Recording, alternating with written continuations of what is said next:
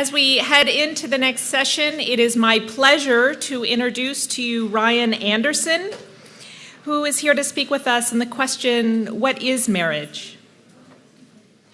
Ryan is the William E. Simon Fellow at the Heritage Foundation in Washington, D.C., and he's also the founder and editor of The Public Discourse, which is the online journal of the Witherspoon Institute in Princeton, New Jersey.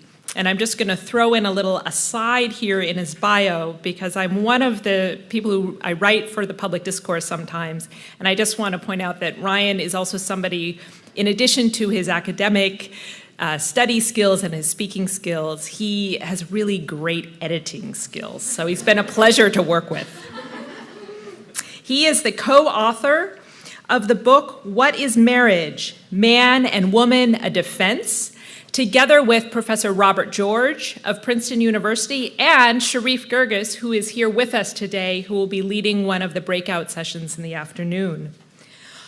Ryan received his bachelor's degree from Princeton University, and he graduated Phi Beta Kappa and magna cum laude. He is a doctoral candidate right now in political philosophy at the University of Notre Dame, and his research focuses on social justice issues. Ryan has, especially in the past few months, had a vast range of media experiences, more than I can list this morning. Piers Morgan Live, which some of you may have seen, CNN, Fox News, MSNBC, and his work has appeared in the New York Times, in the Washington Post, and the Wall Street Journal, and many more. So it's going to be my pleasure to turn the microphone over to Ryan, and after Ryan's talk, we'll have time for Q&A. And just a reminder, we'd really like to focus that time on questions, I think, to take advantage of the opportunity we have with speakers who are here today. Thank you so much, and please welcome Ryan Anderson. Thank you.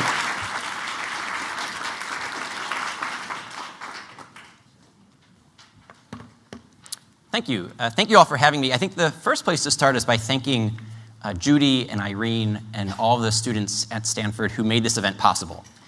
It's only because of them that we're here.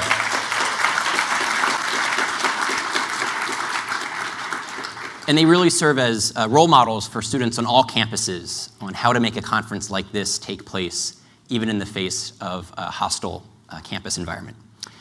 It's good that we're having this meeting at a university. That means I get to speak from a podium rather than a seat in the audience. It's frequently what happens on the cable TV shows. It's also good that we're at a university because it means we're not going to engage in the type of name-calling and empty sloganeering that also takes place on the TV talk shows. Too many people on both sides of this marriage debate resort to empty platitudes and empty sloganeering and to name-calling in a way that's rather unhelpful and rather unbecoming of civility. So with that, let me say three things that I'm not going to say in the time that we have together this morning. I think Professor Brudachevsky has already touched on most of these things, so I don't need to. I'm not going to say anything about morality, anything about theology, or anything about tradition. There are some people who talk about marriage and talk about the same-sex marriage debate in terms of a moral argument, in terms of a theological argument, in terms of a traditional argument that a Burkean conservative might say, because marriage has been this way, this is how it ought to be. None of those arguments will be one that I'll be making. I'll be making a philosophical argument with some appeal to social science, largely to get at a public policy purpose of marriage. The question that I want to ask and then answer is, what is marriage from a policy perspective? What is the state's interest in marriage? How does the state define marriage? How should the state define marriage, and why? Now, I would imagine that everyone in this room is in favor of marriage equality. The other side uses that slogan, and it's a great slogan, and it's a wonderful piece of advertising. It fits on a bumper sticker. You can put an equal sign up as your Facebook icon, and yet it's completely vacuous. Everyone in this room is for marriage equality. We all want the law to treat all marriages equally. What we may disagree with one another in this room about is what sort of relationship is a marriage. So the book that Sharif and Professor George and I co-authored was titled, What is Marriage? because that's the question that you have to answer before you can then get to considerations of equality. And if you're a lawyer, before you can get to considerations of equal protection of the law, you have to know what it is that the law is trying to protect equally. So what is the marital relationship? Because even those who want to redefine marriage to include the same-sex couple will draw certain lines between what sort of a relationship is a marriage, what sort of a relationship is not a marriage. And if we're going to draw lines that are based on principle, if we're going to draw lines that reflect the truth, we have to know what sort of a relationship is a marriage and what sort of other consenting adult relationships are non-marital. So that's what I'm going to try to get at in the time that we have here this morning. Now, when we were doing research for the article and then for the book, we tried to read the best philosophers and political theorists who were arguing in favor of redefining marriage. We wanted to see, on their account of marriage, what is their definition? And one of the philosophers that we looked to is John Corvino. He's become a friend of Sharif and mine. And he was saying what really is distinctive about marriage is it establishes your relationship with your number one person. And what sets marriage apart from other relationships is the priority of the relationship. It's your most important relationship. Again, because it's your number one person that the marital relationship establishes. So what sets marriage apart from other relationships will be the intensity of the emotional bond, the priority of the emotional commitment. My co-authors and I think this simply gets marriage wrong because it collapses marriage with companionship in general. It simply makes it the most important companionship relationship, the one that takes priority, the one that's the most intense. And so it can't actually account for any of the distinctive features of what marriage requires, nor can it explain why government should be in the intense companionship business. Why is government in the marriage business if this is what marriage is? So let me say a few words about that, and I'll place a challenge to people in the audience when we get to the Q&A. I invite you to give an answer to these questions of, if you want to redefine marriage to include the same-sex couple, why would marriage, how you understand it, require that that relationship be permanent, monogamous, and exclusive, and be the type of relationship that a government takes interest in? Because on this account of marriage, where marriage is an intense emotional union of consenting adults, that's something that can be formed by more than two people. There's nothing about intense emotional union just as such that says it has to be between two and only two. Threesomes and foursomes can just as easily form an intense emotional, an intense romantic, an intense caregiving relationship. There's nothing in principle that would require twos. Likewise, there's nothing about that union that would say it has to be sexually exclusive. Some people might argue that you could actually have an enhanced emotional union, an enhanced caregiving relationship, if spouses were free to seek sexual satisfaction outside of marriage. And then lastly, there would be no reason in principle why the union should be permanent, since emotions come and go, love waxes and wanes. So what would demand the pledge of permanency? But then lastly, why would government even be in the marriage business on this definition of what marriage is? If marriage is just about the love lives of consenting adults, why can't we take the state out of the bedroom? And yet those who would redefine marriage want to put the government into more bedrooms. Why? So that's the question. Answer the title question of our book, what is marriage, in a way that can account for the distinctive marital norms and can explain why marriage is a distinct public policy issue in the first place. So having said that, having said a little bit about why we think the opposing view fails, let me construct our argument about marriage. And I'm going to do this in 3 steps. First, I'm going to say what we think marriage is from a philosophical perspective. Next, I'll say why we think marriage matters from a policy perspective. And then lastly, I'll say 3 things about likely consequences of redefining marriage. So those will be the 3 broad points, the outline of the talk. What is marriage? Why does marriage matter? What are the consequences of redefining marriage? We take our bearings from Aristotle in our article and in our book in how to analyze any sort of a community. Aristotle tells us that you can analyze any community by looking at the actions that the community engages in, the goods that the community seeks, and then the norms of commitment that shape that community's common life together. So to take a non-controversial example, let's take a university community. A university community, the members of the community, engage in academic action. What sort of things are academic actions? Your professors will research and write academic articles and academic books. They'll then put these on the syllabi, not just to get their commission from having you buy their overpriced textbooks, but also so that you can then read the benefit of all the hours of research that they put in while writing their dissertation and researching for their next scholarly publication. So students read articles and read books. Professors then deliver lectures. Students attend lectures and take notes. Students then write term papers. Professors then grade term papers. Students come to office hours and discuss their papers with their professors. These are the sorts of activities that constitute an academic community as an academic community. Beer pong and football games are nice additions, but they don't go to the heart of what makes a university a university. What goes to the heart are these intellectual activities. Now, what are these intellectual activities ultimately seeking? What is the good that these are oriented towards? They're oriented towards the good of the truth. They're oriented towards the good of knowledge. All of the exercises that your professors make you engage in, the homework assignments, the term papers, the research projects, all of the work that they themselves do in writing those books and papers and delivering those lectures is all about eliminating ignorance from our lives and coming to a better appropriation of the truth of the matter so that we can have a better understanding of what is really true, so that we're not living in ignorance, we're not living in superstition, we're not living with just preconceived opinions. That's what all of these actions are oriented towards. They're oriented towards the good of knowledge, the good of the truth.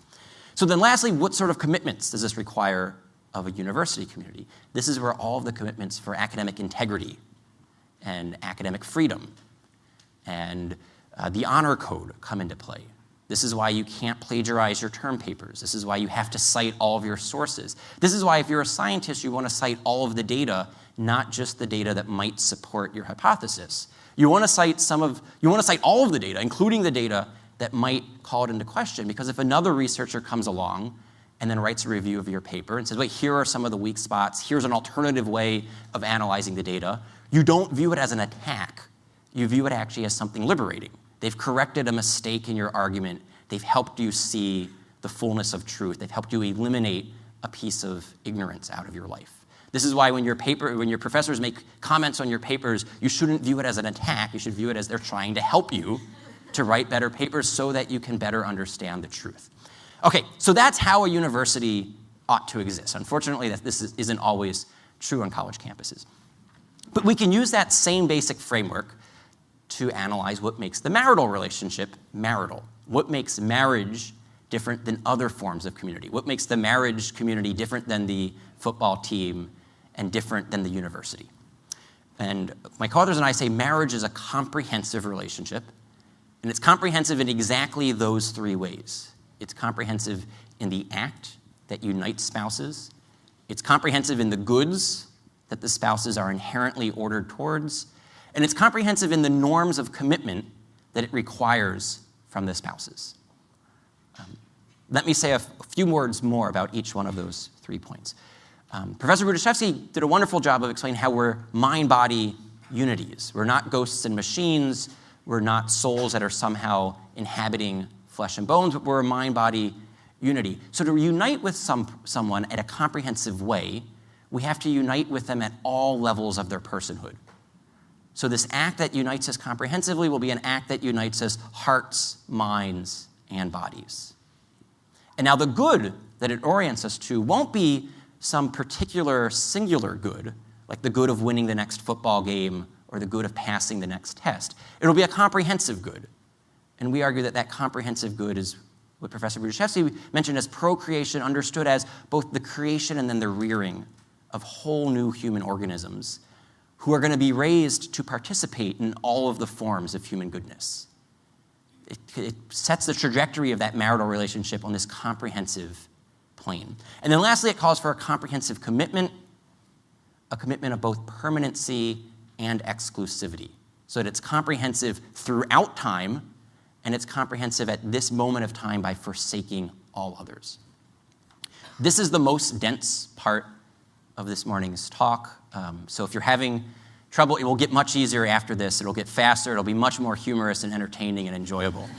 I promise. But let me say a few more words, because this actually is getting to the bedrock of our argument. This gets to the core, and it's something that our parents and grandparents and great-grandparents just took for granted.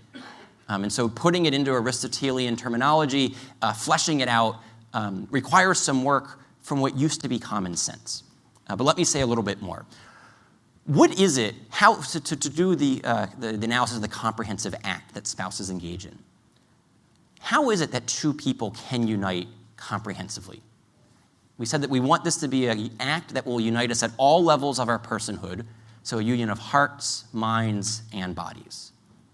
Professor Grudaszewski pointed out that with most respects, all respects except one, we're complete as individuals. With respect to locomotion, I can get up and walk across this platform on my own. With respect to digestion, when we're done and we have lunch, I'm going to be able to eat my meal and digest it just fine as an individual. With respect to circulation, respiratory system, all of those things were complete. With respect to one biological function, we're radically incomplete. He mentioned it's the function of procreation. So that in that conjugal act, a man and a woman don't just rub up against each other or interlock as if I was to stick my finger in one of your ears. They truly form a two-in-one flesh union. It's a single function, a single organism that's being formed by a mated pair. It's a single biological purpose that the twosome performs together as a unity. And so in the same way that you could say, what is it about my body that makes me an individual? What is it about me that makes my muscles and my heart and my lungs and my stomach and my intestines not just a clump of cells, but makes them a unity, is that they're all coordinating with each other, they're interacting with each other towards a single, unified biological end, the good of my continued existence. In the same way, that man and that woman, when they unite in that conjugal act, are coordinating towards a single, unified biological purpose, that good of procreation. And so the Hebrew Scriptures, when it describes them in that act as a two-in-one flesh union, they're not just speaking poetically or metaphorically, they're revealing something true about human nature and about what the sexual complementarity of a man and a woman allows for in terms of an act that can unite them. And now this act unites them so completely that 9 months later, it frequently requires a name. The lovemaking act is also the life-giving act. The act that unites a man and a woman as husband and wife is the same act that can make them mother and father. And so that begins to tell us something about what the marital relationship is ordered towards. What is the orientation, the orderedness, the good that the marital relationship seeks? In the same way that academic communities engage in academic actions that are ordered towards the pursuit of the truth and knowledge, it's the marital relationship, spouses engage in a marital act that is intrinsically ordered towards both their unity and the procreation, and then the rearing and education of children. So it's a comprehensive action that unites them, hearts, minds, and bodies, that then orients them towards a comprehensive good, the procreation, the rearing, the education, the raising of new human beings. And then lastly, this can explain why marriage requires comprehensive commitments, both exclusive and permanent. And now, what sort of exclusivity does marriage call for? It's sexual exclusivity. You don't cheat on your spouse by attending a lecture with someone other than your spouse. You don't cheat on your spouse by playing football with someone other than your spouse. But you do cheat on your spouse when you sleep with someone other than your spouse. And this view of what marriage is can explain why the type of exclusivity that marriage calls for is sexual exclusivity. Because it's the sexual act that transforms an ordinary friendship, a union of hearts and minds, into the comprehensive domain of marriage. It transforms it into that comprehensive union of hearts, minds, and bodies. And so the conjugal act, which is distinctive of marriage, which is why it's called the marital act, is the act that is exclusively reserved for the spouses. And that's the type of exclusivity that marriage requires. None of you are being unfaithful to your spouses by being at this lecture. So then we can say, what about the other comprehensive commitment? It's a comprehensive commitment that will require a permanent commitment. And I think, again, Professor Budiszewski spoke very well about this. To give a total gift of the self requires that you don't hold anything back. If you have a sunset clause, if you have an escape date, if you have a way out, then you're not really uniting comprehensively. To unite comprehensively requires an open-ended commitment. So the type of comprehensive union that's being formed requires an exclusive, forsaking all others here and now, but also into the future. Comprehensive throughout time and comprehensive at this moment in time. This basic view of marriage that we run on Aristotelian grounds and using some Aristotelian jargon is something, though, that we find in the ancient thinkers, not just the Christians, but Socrates, Plato, Aristotle, Cicero, Musonius Rufus. It's something that we then find in the canon law, the common law, and the civil law of the church, common law of England, civil law of America. It's something that we see in thinkers like Augustine and Aquinas, Luther and Calvin, but also Enlightenment thinkers like Locke, Kant, Eastern thinkers like Gandhi. So what this suggests to my co-authors is, while everyone has a slightly different phraseology, a different way of putting the point, they have differences around the margins. Professor Budiszewski mentioned that for Locke, marriage need not require permanency, that after the children are grown, divorce may not, in every case, be immoral, but it still has an expectation of permanency for Locke. What this suggests to us is that there's something about the human good of marriage that different political, philosophical, and theological communities have all been trying to articulate with greater or lesser success.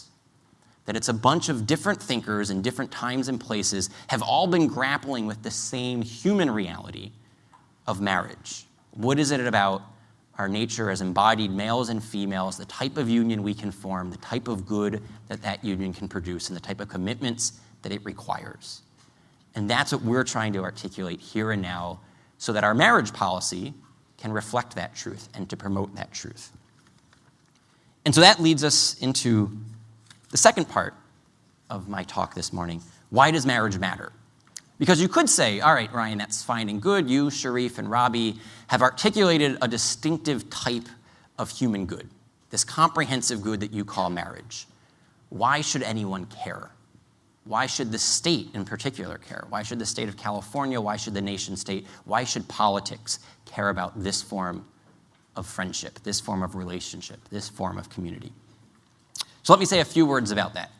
I work at a public policy think tank, so this is where I do spend a bit of my time and attention. I think from a policy vantage point, marriage exists to unite a man and a woman as husband and wife, so then they're then equipped to be mother and father to any children that that union produces.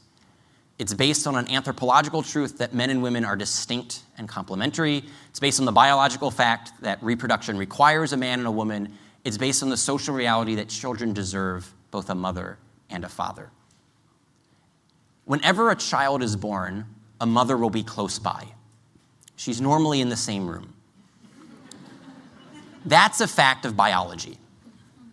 The question for culture, and so therefore the question for policy, is will a father be close by? And if so, for how long? And marriage is the institution that different societies throughout time and across the globe have devised to maximize the likelihood that that man commits to that woman permanently and exclusively, and then the two of them, committed to one another, take responsibility to raise that child. Because when this doesn't happen, social costs, both for the spouses and for the child and for all of the community, run high. But before getting to the cost, let me say one more thing about why that union matters. One of the things we know from the social scientists is that there's no such thing as parenting. No such thing as parenting in the abstract. There's mothering and there's fathering. Men and women bring different gifts to the parenting enterprise. And so in our book, we quote David Popenoe, a sociologist at the at Rutgers University in New Jersey. He says, quote, "The burden of social science evidence supports the idea that gender-differentiated parenting is important for human development and that the contribution of fathers to child rearing is unique and irreplaceable," end quote. He then concluded, and this was in a literature review of all of this social science at that point. He says, we should disavow the notion that mommies can make good daddies, just as we should disavow the popular notion that daddies can make good mommies. The two sexes are different to the core, and each is necessary culturally and biologically for the optimal development of a human being. End quote. And now, a sociology professor, a social scientist like this, is always speaking in terms of, on average, for the most part, social science laws are not like physical laws, the law of gravity. I can guarantee you that if I let go of this water bottle, and every time and place it's going to fall to the ground. Social science doesn't work that tightly. So this isn't to say, and I think this would get to Professor Lopez's question earlier to Professor Budiszewski, that there will be instances in which two moms or two dads, or a single mother or a single father, or a divorce and cohabiting relationship, all sorts of other arrangements, a child could turn out just fine. No one is denying that possibility. But it is to say that on average and for the most part, children who grow up without their married mother and father have a tougher road to hoe, that there are distinct challenges for a child in that situation. But let me say a word more about the parenting. What was Professor Popenoe trying to get at when he says that we should disavow the notion that mommies can make good daddies and that daddies can make good mommies? Let's do this with a thought experiment.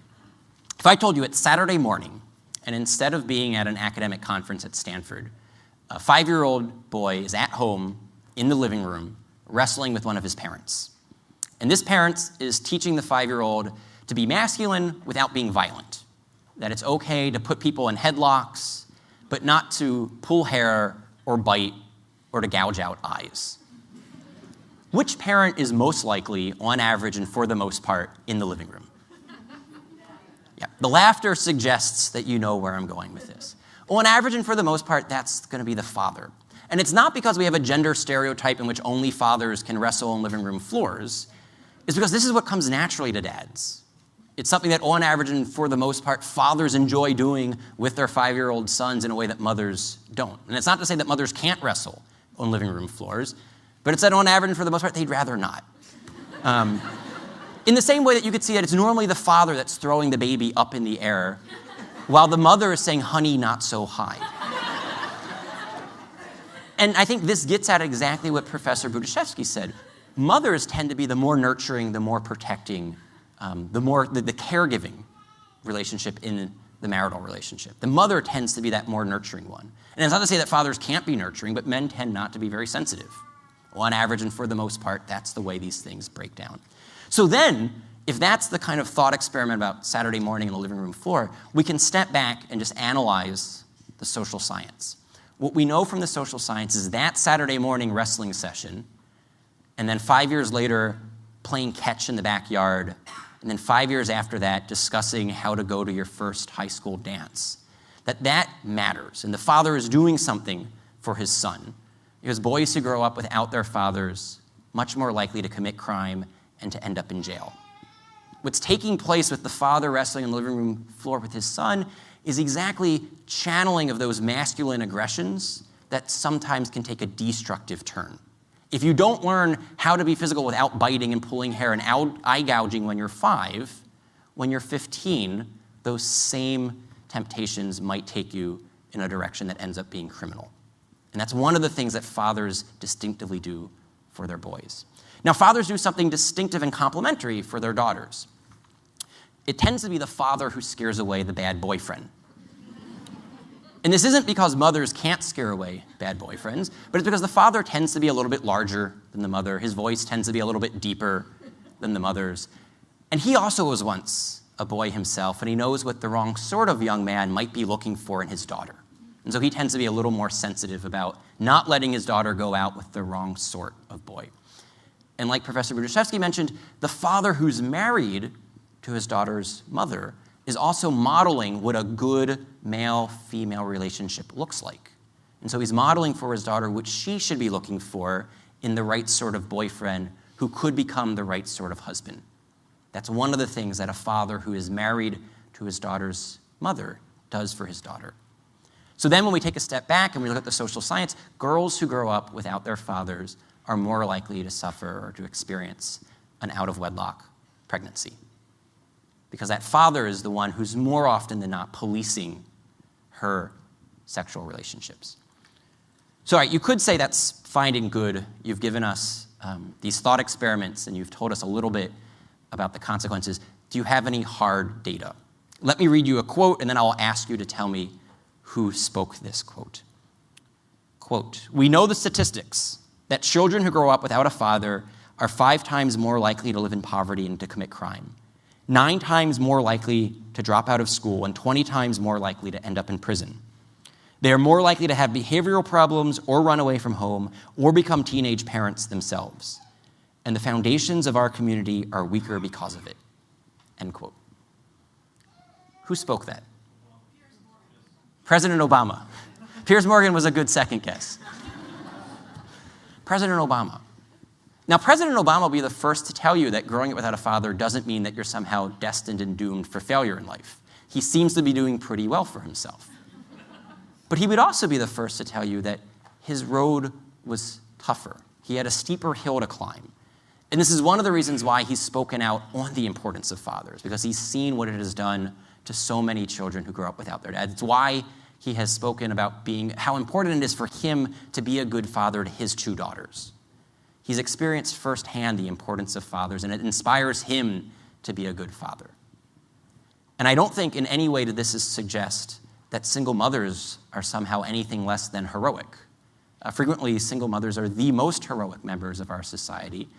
When the father who abandoned the mother and abandoned the child left them, they were the ones left to take responsibility, and they do a heroic job in raising their kids. And frequently, they would also be the first to tell you that they wish that man would have manned up, committed to them, and committed to the child.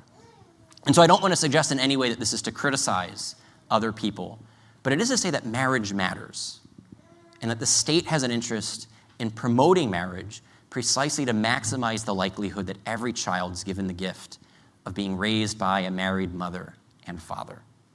And at one point in American history, this happened. We had out-of-wedlock childbearing rates in single digits up until the 1960s. More or less every child was born into and raised by their married mother and father. And then in the past 50 years, we've seen those numbers progressively decline. So that today, 40% of all Americans, 50% of Hispanics, and 70% of African Americans are born outside of marriage. And these children have done nothing wrong, but they will have a much tougher chance in life. Because what we know is that marriage is the institution that when it's stable, it protects children from poverty. It increases the likelihood of those children will experience social mobility. It protects children from committing crime. And it prevents the state from having to pick up the pieces in the form of a welfare program or a police program. So more or less everything that you could care about, if you care about social justice and you care about limited government, if you care about the poor and you care about freedom, is better served by having a healthy marriage culture, a civil society institution that takes care of raising that next generation, than by having the government try to pick up the pieces of a broken marriage culture. That's why marriage matters. So now to the third and final part of this morning's presentation. What are the consequences of redefining marriage? Because you could say, all right, I'm tracking with you. This is what marriage is. It's a comprehensive union. Spouses engage in a comprehensive act oriented towards a comprehensive good. They commit to comprehensive commitments. It matters because that union of a man and a woman can produce a child. Children deserve a mother and a father. Fine and good.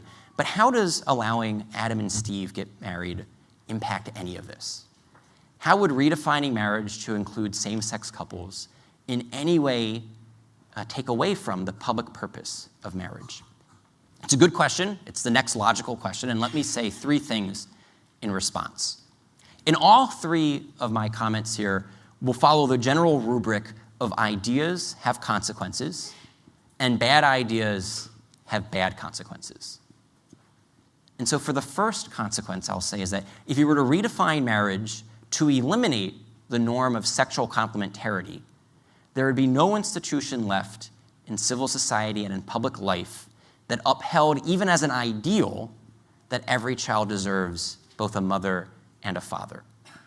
The message that redefining marriage to make it a genderless institution would send is that men and women are interchangeable, that mothers and fathers are substitutionable, and that 2 moms or 2 dads is the same thing as a married mom and a dad. So the law would be teaching something about marriage, and it would be teaching that marriage is much more about the desires of adults than about the needs of children. It recenters the marital relationship around adult romance, adult emotion. As I mentioned at the beginning, the priority of the intense emotional union of the adults, rather than about the type of institution that can create new life and then unite that new life with the man and the woman who gave him or her new life. And if you doubt that the law has the power to teach like this, think about how we redefined marriage the first time, with the introduction of no-fault divorce. In the common law tradition, marriage had a strong presumption of permanency, but on certain occasions, under certain conditions, you could receive a bill of divorce. And in the common law, there were the 3 A's of abuse, abandonment, and adultery. Serious reasons for declaring your marriage to have to end, to have to cease. My spouse is abusing me, my spouse has abandoned me, my spouse has committed adultery on me. Those were the types of reasons that would take a marital relationship that was expected to be permanent till death do us part and declare it over. With the introduction of no-fault divorce, a spouse could now abandon his or her spouse for any reason or for no reason at all. That's the idea behind no-fault divorce. You don't have to cite fault. And what we saw was that divorce rates actually more than doubled. They've since lowered just a little bit. Because the law taught something. The law taught that marriage need not even aspire to be permanent. That you can get out of a marriage for trivial reasons. You can get out of a marriage for no reason. And the law shapes culture.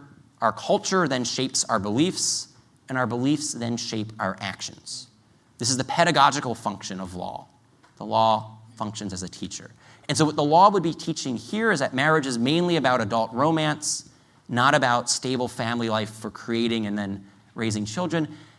And if you think about the statistics I mentioned just a moment ago, 40% of all Americans, 50% of Hispanics, 70% of African Americans born to single mothers. And then all of the social costs that come with that in terms of child poverty, decreased social mobility, increased crime, increased welfare spending.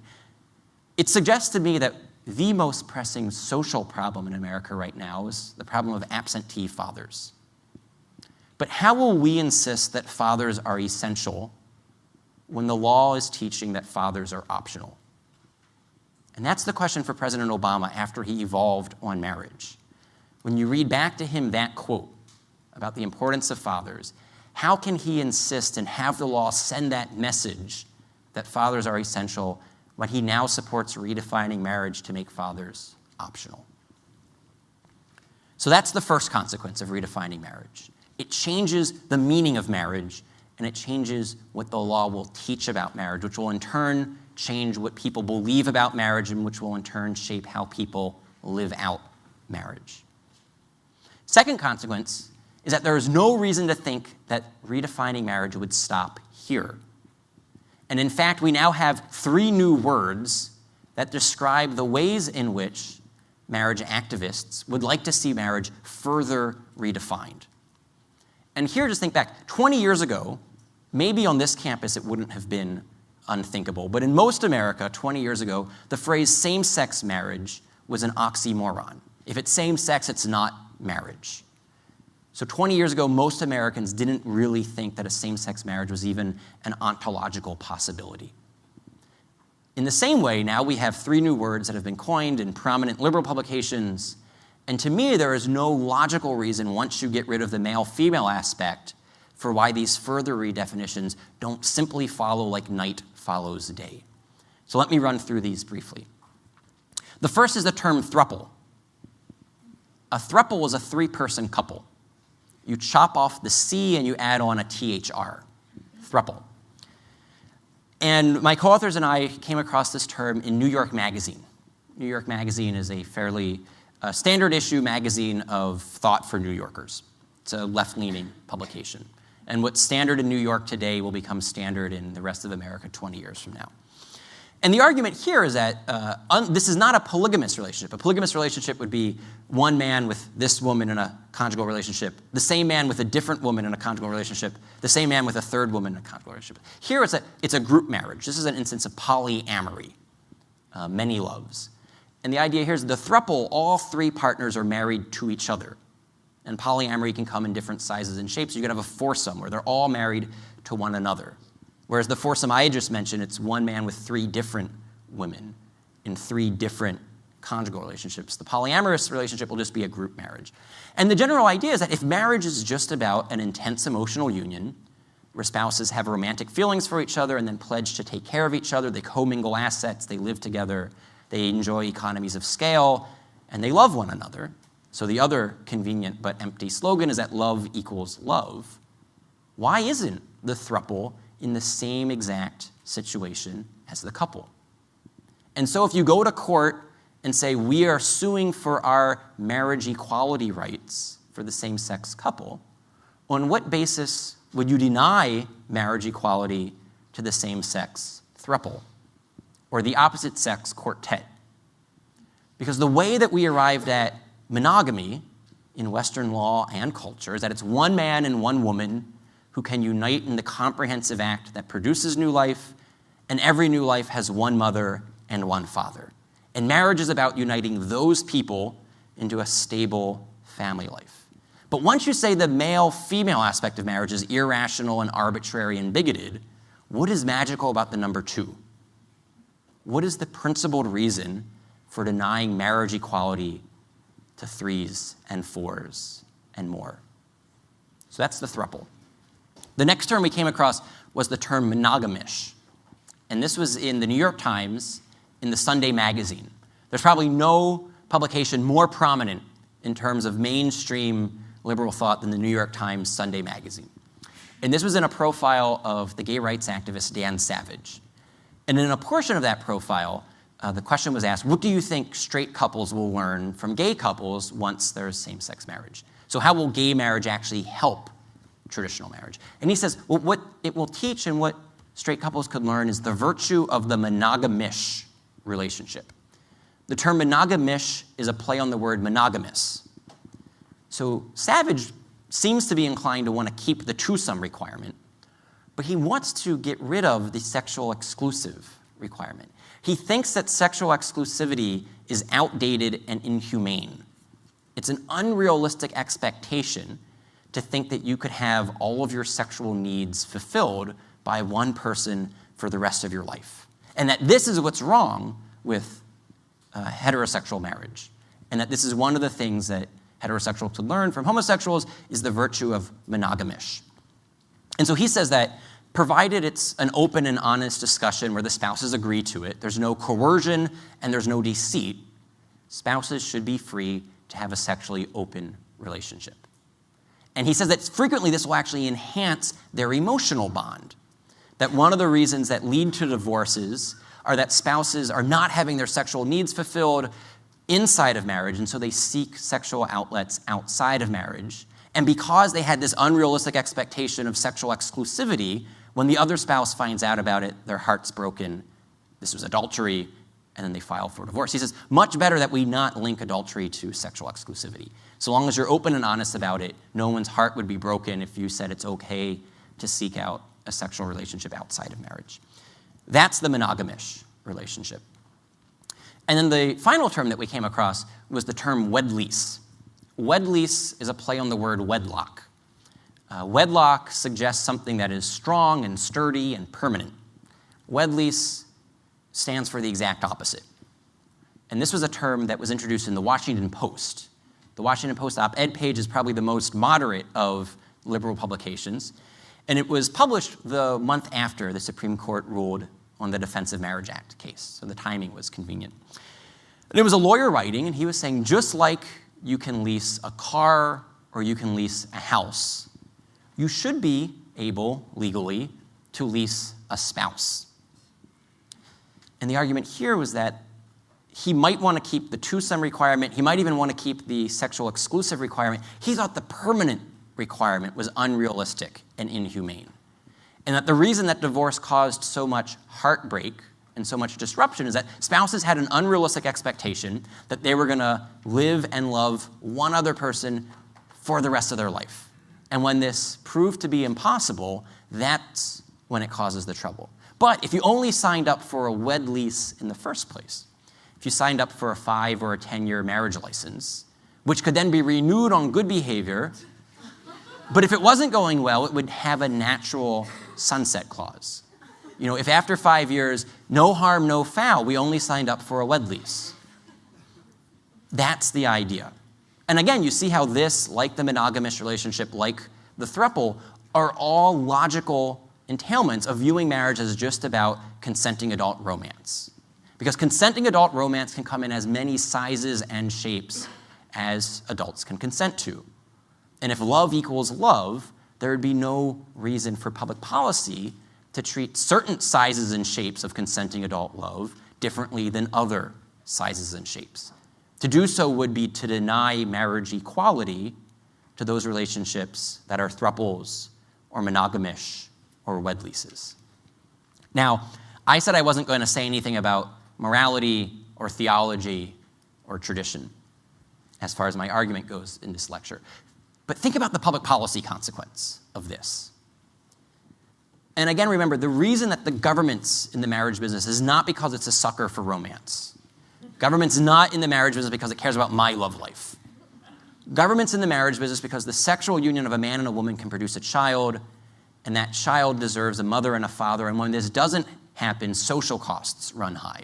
So the government's trying to vindicate and to protect the rights of children and minimize harm to the community as a whole. But the throuple and the wed lease and the monogamish relationship make it more likely that a man has multiple sexual partners in short-lived relationships. That's what a throuple with a wed lease with a monogamish condition attached to it would entail. And so it directly undercuts the public policy purpose of marriage in the first place. And yet all of those further redefinitions follow logically from getting rid of the male-female aspect of marriage. If you say that marriage has nothing to do with the union of a man and a woman and the procreative potential and capacity of that act and of that relationship, then what are you left with for saying that it should be a union permanent and exclusive of twosomes? It seems like you're left with a house of cards. So that's the second consequence. And the primary victim, I should add on to that second consequence, will be children. And so it's interesting that in both the monogamish discussion, the wed lease discussion, and the throuple discussion, the authors themselves, when describing these redefinitions, only spoke about the consenting adults and their love and their union. They never spoke about what this would mean as a whole if society adopted these practices for orderly child rearing. That was an afterthought. So the last consequence. The last consequence is the one that I actually think we're experiencing first. But I mention it last because I think that the other two are actually the more serious reasons for thinking about public policy on marriage. But the last consequence is the one that we're experiencing first, and this is the consequence for religious liberty. We've already seen in the state of Massachusetts, the state of Illinois, and the District of Columbia that evangelical and Catholic adoption agencies and foster care providers have had to shut down because the government said they had to place children with same-sex couples on an equal footing as they did with a married mother and father. And now these agencies said, we're not trying to get in the way of a same-sex couple adopting from a different agency. They are free to adopt from the state agency. They're free to adopt from a secular humanist agency. We just want to be free to run our agency in a way that's in accordance with our beliefs. We think that children deserve to have a mother and a father, and we want to run our agency in a way that we can look for married moms and dads for the children who have been entrusted to our care. These agencies said we have social science evidence that suggests that children do best with a mother and a father, and we have the First Amendment, which protects our right to run our agency in accordance with our religious convictions about marriage. And in all three jurisdictions, the government said no. And in the state of Massachusetts, it was particularly clear that this had nothing to do with funding. It only had to do with licensing. It's illegal to run an adoption agency without an adoption license. And the state said, we will not give you an adoption agency license unless you agree to place children with same-sex couples on an equal footing as you do married moms and dads. Because if you don't, you'll be violating our non-discrimination statute. And discrimination is illegal in Massachusetts, and you can't run an adoption agency that discriminates. So these agencies were forced to shut down. This does absolutely nothing to help orphans. It does nothing to help children who are in foster care. All this does is score a point for political correctness in an adult culture war. So one of the first victims, again, would be innocent children. We've then seen cases of photographers and florists and bakers and innkeepers, more or less every professional that intersects with the wedding industry has now been hauled into court, brought up on charges of discriminating against a same-sex couple. And what's worth pointing out here is not a single one of these cases, not a single case that has been brought to media attention that I know of, and I try to follow this stuff pretty carefully, has been the case of a baker, a photographer, a florist, an innkeeper saying we don't serve gays or lesbians. There's not a single case of that we know of. Each and every time it was only about same-sex marriage. The photographer has no problem taking pictures at a birthday party for someone who's gay or lesbian. The baker has no problem baking the birthday cake for a gay or a lesbian couple that's having a birthday party. The florist has no problem making a bouquet of flowers get well soon if the person who is buying the flower happens to be gay or lesbian. The only objection they had was to using their artistic skills and talents to celebrate a same-sex relationship as a wedding, because that was a message that they didn't believe in and that they couldn't help celebrate. They said, we don't want to use God-given talents to celebrate a relationship that we think tells a lie about God's intentions for marriage. And they simply asked to be left free to run their business in accord with their values. In all of the cases that have been cited, the same-sex couple found someone else to bake the cake, to take the pictures, to make the floral arrangements. It's not as if conservative Catholics and evangelicals have a monopoly on wedding photography and cake baking. It's not like we're in a situation where unless you make Elaine photography take these wedding photos, no one will be taking wedding photos. No, about half the country, we're split on this issue. Half the country roughly is in favor of same-sex marriage, and of those people, there are plenty of wedding vendors who are more than happy to make money providing their services for same-sex weddings. And so there's really no need to have the government coerce the evangelical photographer or the Catholic baker or the Mormon florist. And yet what we've seen is time and time again, that's what's happened. So the best known case is the case of Elaine Huguenin. Elaine is an evangelical photographer. In 2006, she politely declined to be the wedding photographer for a same-sex commitment ceremony. As an evangelical, she said, I can't do this because it would have me tell a lie about marriage. Wedding photography is a very involved process where the wedding photographer is really telling the story of the couple's love, telling the story of the couple's ceremony, telling the story of the celebration after the ceremony. She's like, that's a story I can't tell. And so the same-sex couple went to a different photographer who actually charged them less money. So they actually got a break here, but then they sued her shortly thereafter.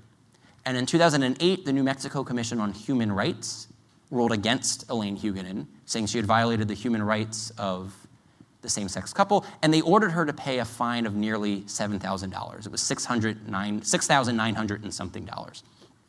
She then appealed this to the New Mexico Supreme Court, the state Supreme Court, and she was represented by Alliance Defending Freedom, who we have some representatives of that organization with us here today. One of their lawyers spoke last night at the opening dinner.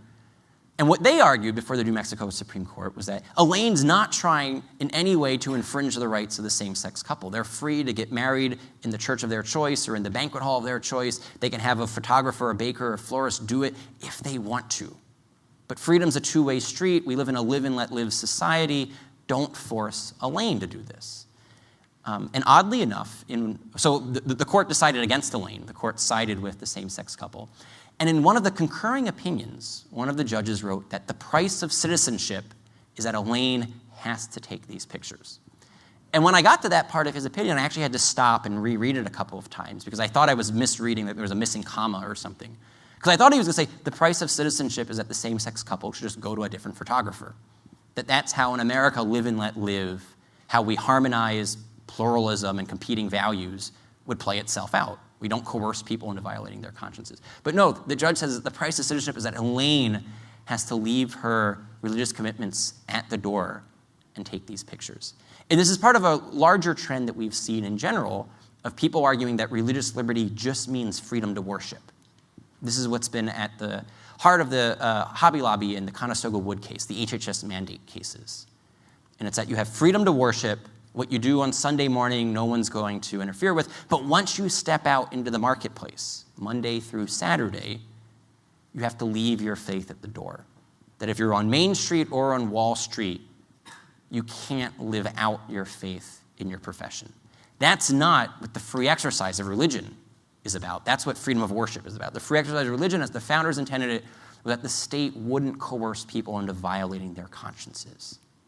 But that'll be, I think, one of the first consequences that we see with the redefinition of marriage, coupled with these sexual orientation and gender identity non-discrimination statutes, is that they will use the law to coerce people into celebrating and treating a same-sex relationship as if it's a marriage, even when it violates their consciences.